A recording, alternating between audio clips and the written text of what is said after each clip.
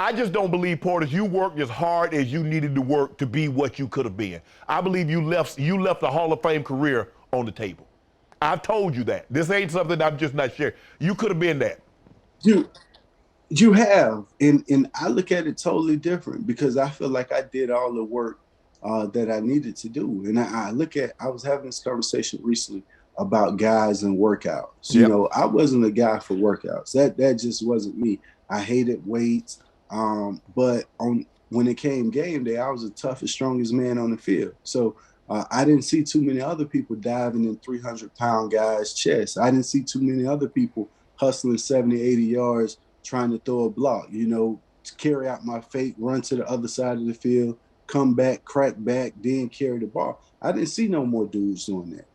I was the only one playing at that level. Every Sunday that I touched the field, I felt like I was the baddest man on the field, no matter who the person was across from me or no matter who my teammates was. I stepped on the field and I walked off the field feeling like, hey, I was the toughest man out here today. So that workout stuff just wasn't for me. And Portis, think about what you said. like, oh man. Portis, think about what you said. You played in the NFL, not a contact sport, a collision sport. The most physical, grueling, demanding sport there is. And you say, work ain't for me. And you don't think that sped up. Portis, you had to leave, you left the game at 30. Bro, I left the game at 30 for a different reason. Like, I left the game at 30 because I realized it didn't matter. Once they moved Sean T. Locker out of the locker room, my love for the game disappeared.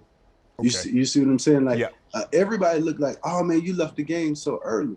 No, I sat in a locker room where, for a guy that we looked at as a god, and I saw them remove his locker and put someone else there to create space. It was plenty of space in the locker room. Right. You could have built a new locker. Right. You didn't have to remove Sean Taylor locker. Right. At that time, I was too sensitive. You see what I'm saying? I was too sensitive at that moment, and it happened too early. Right. You know, now I think it's a great idea that everyone gets to see it. And, you know, it's in the stadium, and every fan and anybody who wants to acknowledge Sean or see Sean gets an opportunity to walk past that locker or take a picture. But at that time, I could never swallow that pill. You know, when I see a guy that did everything, that laid it on the line, and he became replaceable that quick, it changed my outlook. Like, because, you know, I was one of the most competitive guys. It didn't matter what it was. I didn't have to know how, but I believe in me, you know. So when I see a guy like Sean, who still has an effect on the world, so positive, after all the negative that happened, you know, like in the beginning, he was a villain, and he turned that villain into the most lovable, respectable guy that you could possibly find. You know, everybody is influenced by Sean Taylor. I played with Ed Reed and Sean T. It don't get no better than that as teammates. That, not to mention anybody else that I played with, but I played with Ed Reed and Sean T. Like, bro, you got to be kidding me. And when I see a guy that could have been the face of the NFL, the best player in the NFL, and you remove his locker, I just never, along with me having a coach that didn't understand me.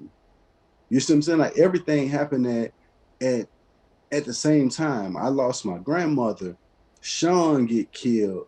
We bring in a coach that I didn't see eye to eye with, that, you know, I felt like was trying to sabotage me when I'm trying to put it on the line and do everything that you're asking of me. You're instead of throwing me under the bus. So there was so much happened in Coach Gibbs was your head coach?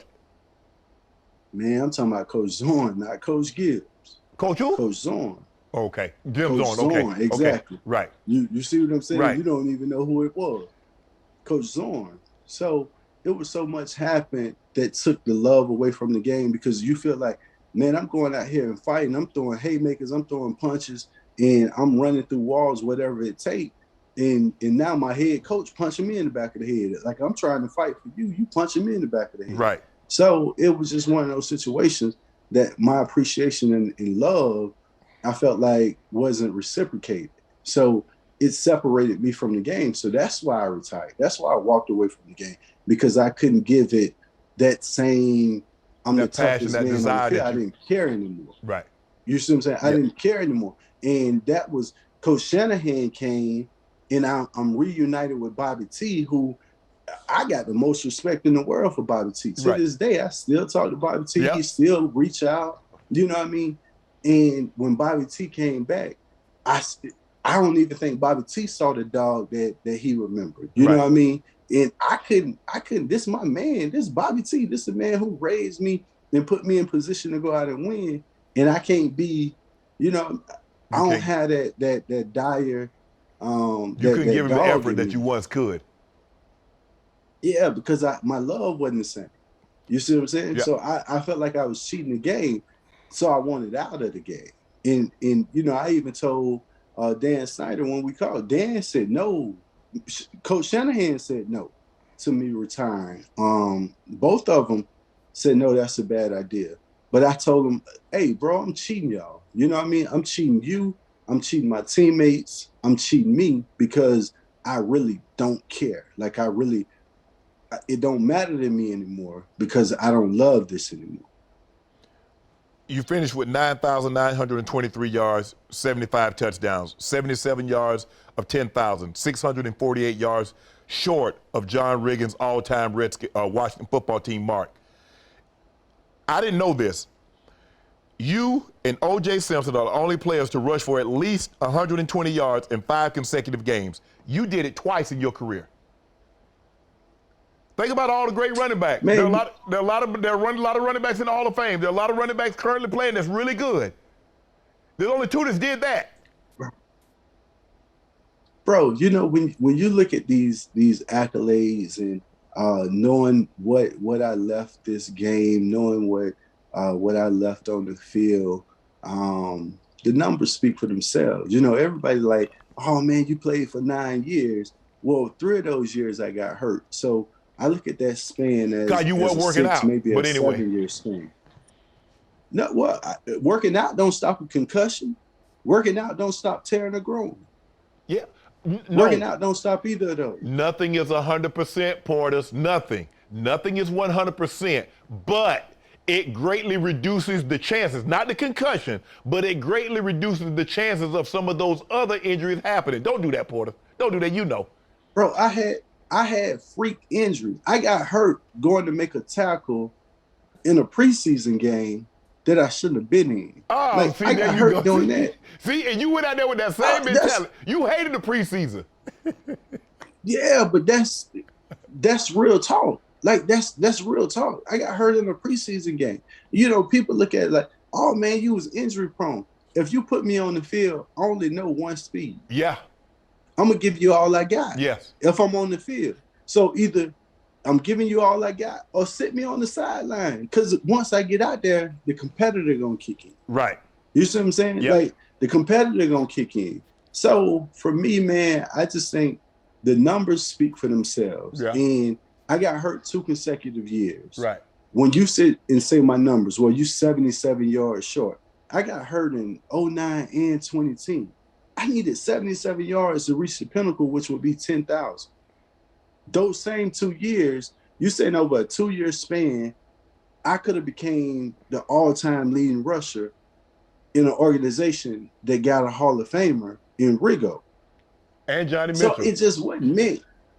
Yeah, it just wasn't meant to happen for me because I wasn't chasing a record. Bobby I didn't Mitchell. care about records. Bobby Mitchell. Yeah, Bobby Mitchell. So I didn't care about records. I wasn't like, oh man, I want to break Rigo record. You see what I'm saying? If I would have knew I needed 648 yards, hell, I'd have tried to play through my concussion. No, I'm glad you didn't I do need that. 648. I need 77 yards. At the time, it wasn't as serious though. Right. I can remember scoring a touchdown where I couldn't see nothing. It looked like kaleidoscope in the background. But that was a different day. You know what to do. Hit the subscribe button and become an official member of Club Shay Shay, where we do something before 2 something.